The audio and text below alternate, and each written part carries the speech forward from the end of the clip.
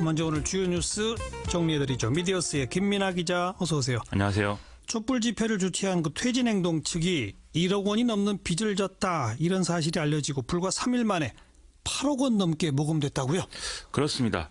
이 시민들 입장에서야 이제 광화문 광장에서 촛불 집회가 열리니까 거기 가면 이제 촛불 집회를 할 수 있다. 이게 이제 당연한 거지만 무대를 준비하고 또 여기 올라오는 이제 그 사람들을 섭외하고 뭐 이런 기획을 하는 사람들이 따로 있는 건 당연하겠죠. 예. 이게 이제 말씀하신 박근혜 정권 퇴진 비상국민행동 이런 단체인데 수많은 시민단체들이 여기 모여 있는 그런 형태입니다. 이게 무대를 준비하는 데에는 돈이 드는 게 당연하기 때문에 지금까지는 나름 이 단체들이 십시일반해서 이걸 메꿔 온 건데 예. 그래도 모자라는 돈이 이제 1억 원 정도다, 이런 얘기가 지난 14일에 이제 나왔거든요. 예. 그래서 이 사실이 알려지고 나서 사흘 만에 이제 퇴진행동 측이 그동안 이제 경과를 좀 밝혔는데 2만 1천여 명 정도의 이제 시민들이 8억 8천여만 원을 후원해 왔다라는 것입니다. 이야, 이 돈은 지금까지 빚을 갚고 앞으로 또 촛불 집회를 여는데 쓰인다고 그렇게 밝히고 있네요. 대단합니다. 대단하죠. 네. 네. 자, 덴마크 검찰이 정유라 한국으로 송환하겠다, 이렇게 방침을 밝혔네요. 그렇습니다. 이 덴마크에서 경찰이 지난 1월 1일에 정유라 씨를 올버울에서 체포했고 이후에 우리 정부가 송환해라 이렇게 요청을 한 상태였는데 덴마크 검찰은 그동안 이제 이 한국 송환을 어떻게 처리할 것인지 검토를 하느라고 지금까지 처분이 늦어진 상태였죠. 오늘 송환을 위한 모든 조건이 충족됐다, 이런 결론을 내렸다는 겁니다. 예. 하지만 뭐 정유라 씨가 실제 들어오기까지는 시간이 더 걸릴 거다, 언론은 이렇게 예상을 하고 있네요. 그 송환에 거부하는 소송을 제기하겠다, 정유라 측은 그런 거죠? 그렇습니다. 덴마크 검찰의 결정에 이 정유라 씨는 3일 이내에 법원에 이의 제기를 할 수 있도록 그렇게 되어 있는데, 이의 제기를 하게 되면 이제 이 지방법원이 이 문제를 다루게 되고요. 이후에 뭐 고등법원, 대법원 이렇게 계속 소송을 할 수 있는 그런 이제 상황인 것이죠. 예. 그래서 정유라 씨는 당연히 이제 이의 제기하고 송환 거부 소송하겠다, 이런 입장인 걸로 알려져 있고요. 예. 만일 법원에서 송환 결정이 나더라도 이후에 정치적 망면 신청을 할 수 있다, 이 가능성까지 지금 정유라 씨 변호인 측이 얘기를 하고 있는 상황입니다. 아하. 그런데 이 망명이 또 쉽게 받아들여질 것 같지는 않은데요. 지금 뭐 정유라 씨에 대한 혐의가 뭐 정치범 뭐 이런 건 아니지 않습니까? 예. 그리고 또 한국 내 어떤 인권 침해 이런 우려도 없기 때문에 망명은 받아들여지지 않겠지만 그래도 이제 이걸 여러 가지로 심의하고 이러는 데는 시간이 걸리기 때문에 예. 결국은 이게 국내에 들어오는 데까지는 상당한 시일이 걸릴 거다, 이렇게들 보는 것 같습니다. 일단 최선을 다해 시간을 끌어보겠다, 그런 거로군요. 그런 의도죠. 오늘 최순실 재판 또 국민들한테 미안하다는 말은 하긴 했네요. 그렇습니다. 계속 오락가락하는데요. 일단 최순실 씨가 국가적 불행 사태와 대통령 파면이라는 원죄에 국민께 사과드린다, 이렇게 얘기를 하긴 했습니다. 근데 이 얘기도 이제 자기 잘못을 인정하겠다, 이런 얘기는 아닌 걸로 보이고요.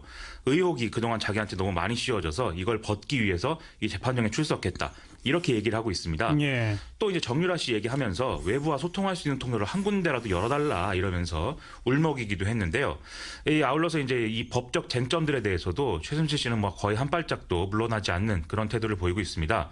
오늘 이제 동계스포츠영재센터의 실질적 주인이 누구냐, 최순실이냐 장시호냐, 이걸 가지고 이제 그 법적으로 이제 여러 가지 설전이 벌어졌는데 예. 여기서도 이제 자기가 아니라 장시호 씨가 실질적 주인이다, 이렇게 주장을 계속했고요. 또 대기업이 정유라 씨를 지원하고 재단에 이제 출연금 낸 거 뭐 여기에 대해서는 답변을 이제 거부하는 그런 모습을 보이기도 했습니다. 예. 이게 이제 대기업에 강요를 한 거냐, 아니면 대기업이 뇌물을 낸 거냐, 이게 계속 핵심 쟁점인데 이거는 박근혜 전 대통령 조사 후에 법원이 판단할 가능성이 크다, 이렇게 전망이 되고 있습니다. 또 한편 증거 인멸 논란이 계속되는데, 뭐 청와대 압수수색, 삼성동 자택 압수수색, 거기에 대해서 검찰은 뭐 필요하면 할 수 있다, 원칙론을 또 밝혔네요. 그렇습니다. 원래는 이제 뭐 지금 굳이 압수수색할 이유는 없다, 이런 입장을 얘기하고 있었거든요. 압수수색이라는 것은 수사 초기에 이제 증거를 확보할 때 필요한 것인데 지금은 박근혜 대통령을 소환 조사하면 사실상 수사가 마무리되는 단계다라는 거죠. 예. 그런데 지금 증거인멸 정황이 계속 제기가 되니까 오늘도 아침부터 또 야당들이 검찰의 태도를 비난하는 그런 논평을 내기도 했거든요.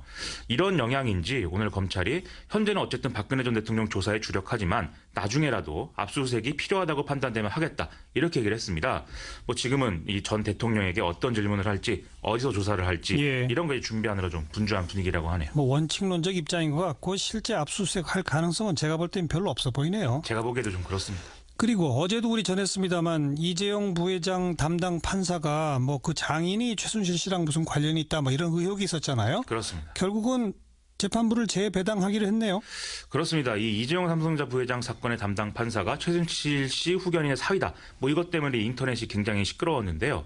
서울중앙지법이 이재용 부회장 사건을 심리할 재판부를 원래 형사 33부에서 형사 27부로 재배당한다. 이렇게 밝혔습니다. 예. 이것은 원래 이제 어제 논란이 됐던 이 당사자인 이영훈 부장판사가 직접 요청을 한 바에 따른 것이라고 하고요. 네. 이 법원은 여전히 이영훈 부장판사가 이제 언론 보도 이전에는 장인과 최순실 씨 일가와의 관계를 전혀 몰랐다 이렇게 얘기하고 있다라고 전하면서도 재판의 공정성에 조금의 의심이라도 생긴다면 지금 뭐 재배당을 하는 것이 합당하다고 판단했다 이렇게 전하고 있습니다. 예. 이런 사례가 흔한 일은 아니겠는데 어쨌든 사안이 사안인 만큼 조금의 의혹도 남기지 않는 게 중요하다 이런 판단을 하고 있는 것 같습니다. 결과적으로 잘 됐네요. 잘된 일이죠. 예. 그 사법개혁 논의한다는 이유로 부당한 인사지시한 의혹받는 그 법원 행정처 차장 사의를 표명했어요? 그렇습니다. 이 법원 내 최대 학술단체인 국제인권법연구회가 전국 법관들을 상대로 해서 이 사법개혁에 대한 이제 설문조사를 실시했고 이걸 공개하는 행사를 가지기로 했었던 것이죠. 예. 그런데 이에 대해서 법원 행정처가 이 법관들이 2개 이상의 뭐 연구회에 가입하고 이렇게 활동하지 마라. 사실상 이 연구회 활동을 좀 위축시키는 그런 이제 조치를 취하면서 문제가 시작이 됐던 겁니다. 그렇죠. 이 과정에서 임종헌 법원 행정처 차장이 이 국제인권법연구회 소속인 법관에게 학술행사 이거 축소해서 치러라 이렇게 지시를 했는데 이 법관이 반발을 하니까 원래 있던 법원으로 돌려보내는 이런 부당한 인사권을 행사했다라는 게 지금까지 논란이었거든요. 예. 임종헌 차장은 이제 오늘 이제 내부방에 올린 글을 통해서 법관 재임용 신청에서 철회했다. 즉, 이 대법원을 떠나겠다. 이런 사실을 이제 밝힌 그런 상태라고 합니다. 그러면서도 자신에게는 이제 제기된 의혹을 다 부정하고 있는 그런 상황이고요. 예. 또 퇴임 의사와 무관하게 이번 일과 관련해서 조사에 성실히 임하고 책임질 일이 있으면 책임지겠다. 이런 얘기를 지금 하고 있다고 합니다.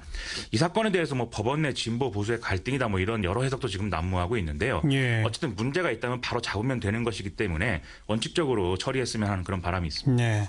자유한국당, 국민의당, 바른정당 이 세 개 정당 원내대표가 뭐 대통령 선거 날 개헌 국민투표도 하자 이런 합의를 해두지 않았었습니까? 그렇습니다. 그러면서 개헌안에 또 하나하나 합의를 해나가는 모양인데 다음 대통령 임기는 3년으로 줄이자 여기에 합의했어요?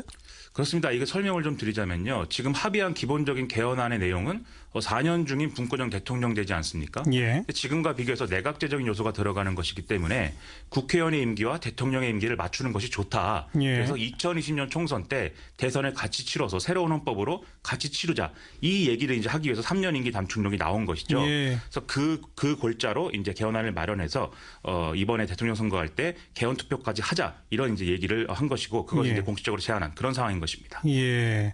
그러면 3년 후에 지금 요번에 뽑히는 대통령은 또 나갈 수 있어요, 없어요?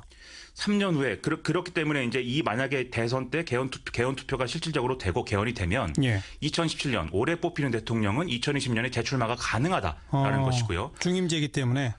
지금 중임 제한 이 조항이 없어지기 때문에 예. 그리고 또 2020년이 되면 4년 중임제인 개헌으로 대선을 또 치르는 것이기 때문에 이 다시 또 출마를 할 수 있는 총 합치면 잘만 하면 이번에 선출되는 대통령이 11년까지도 임기를 할 수 있다. 뭐 이런 지금 얘기를 하고 있는 것이죠. 3년 하고 그다음에 새로운 헌법으로 중임 8년까지도 할 수 있고. 그렇죠. 예. 근데 그렇게 될까요? 이게 이제 그렇게 될까 이거를 뭐 좀 따져봐야겠는데 이 뭐 조항으로만 갖고 보면은 그렇게 이론적으로 될 수 있는 건 사실입니다. 예. 근데 이 얘기를 하는 의도가 좀 있겠죠. 이건 뭡니까? 지금 문재인 더불어민주당 전 대표가 개헌을 반대한다 지금 이렇게 얘기를 하고 있기 때문에 예. 이번에 또 문재인 전 대표가 당선될 확률이 높다는 점을 들어서 아하. 문재인 전 대표가 잘만 하면 11년도 할 수 있는데 이걸 거부하지 않아도 되지 않겠느냐 이 예. 얘기를 지금 하고 싶은 거거든요. 아하. 그런데 이 얘기가 오히려 거꾸로 얘기하면 정략적으로 좀 들리지 않겠습니까? 그렇죠. 민주당 입장에서는 지금 뭐 이 대선 때 개헌 투표를 같이 하는 걸 반대하고 있긴 한데 예. 마치 임기가 줄어들기 때문에 반대하는 것처럼 뭐 비치는 그런 상황을 지금 만들고 싶은 예. 그런 마음 아니겠느냐라는 반발도 있는 게 사실입니다. 또 4년 중임제라는 것은 대통령의 권한을 좀 연속성 있게 안정적으로 이제 하자는 게 핵심이고 예. 분권형 대통령제는 대통령 권한을 줄이자는 게 핵심 아니겠습니까? 그렇죠. 근데 이 두 개를 이렇게 합친 다음에 3년 임기를 줄일 수 있다. 이렇게 얘기하는 것은 아무래도 좀 이상하지 않느냐 이런 반응들이 지금 나오고 있는 상황입니다. 예. 잘하면 11년도 할 수 있다. 그거는 나중 얘기고. 그렇죠. 당장 5년의 임기가 보장되어 있는데 왜 그걸 2년 줄이라고 하느냐. 그렇죠. 이 말이 또 하나도 일리 있는 거 아니겠습니까? 그렇습니다. 그리고 11년을 다 해도 좀 국민들이 그렇게 길게 하는 거는 받아들이지 않을 것 같습니다. 남재준 전 국정원장 무소속 출마 선언했네요. 그렇습니다. 박근혜 정부 초기에 이제 국정원장을 지냈는데 오늘 무소속 예비후보 등록했다고 하고요. 보도자료를 통해서 이 땅에서 종북좌파를 척결하고 갈등과 분단을 넘어서 자유민주주의 체제의 통일 대한민국 완성하는 게 목표다. 이렇게 밝히고 있습니다. 네. 지금 정권에서 이제 현 정권에서 국정원장 지낸 사람이 바로 대선 출마하는 거는 거의 처음으로 생각이 되는데요. 예. 아무래도 국정원 셀프 개혁 논란, 2007년 남북 정상회담 대화록 공개 이런 거와 관련해서 지금 책임론이 제기되고 있는 사람 아니겠습니까? 예. 역시 보수 유권자층을 만족시킨 사람이 없는 상황에서 이런 일도 일어난다. 이런 얘기 나오고 있습니다. 누구든 출마는 자유니까요. 그렇죠. 자유죠. 네. 수고하셨습니다. 고맙습니다. 미디어스 김민아 기자였습니다.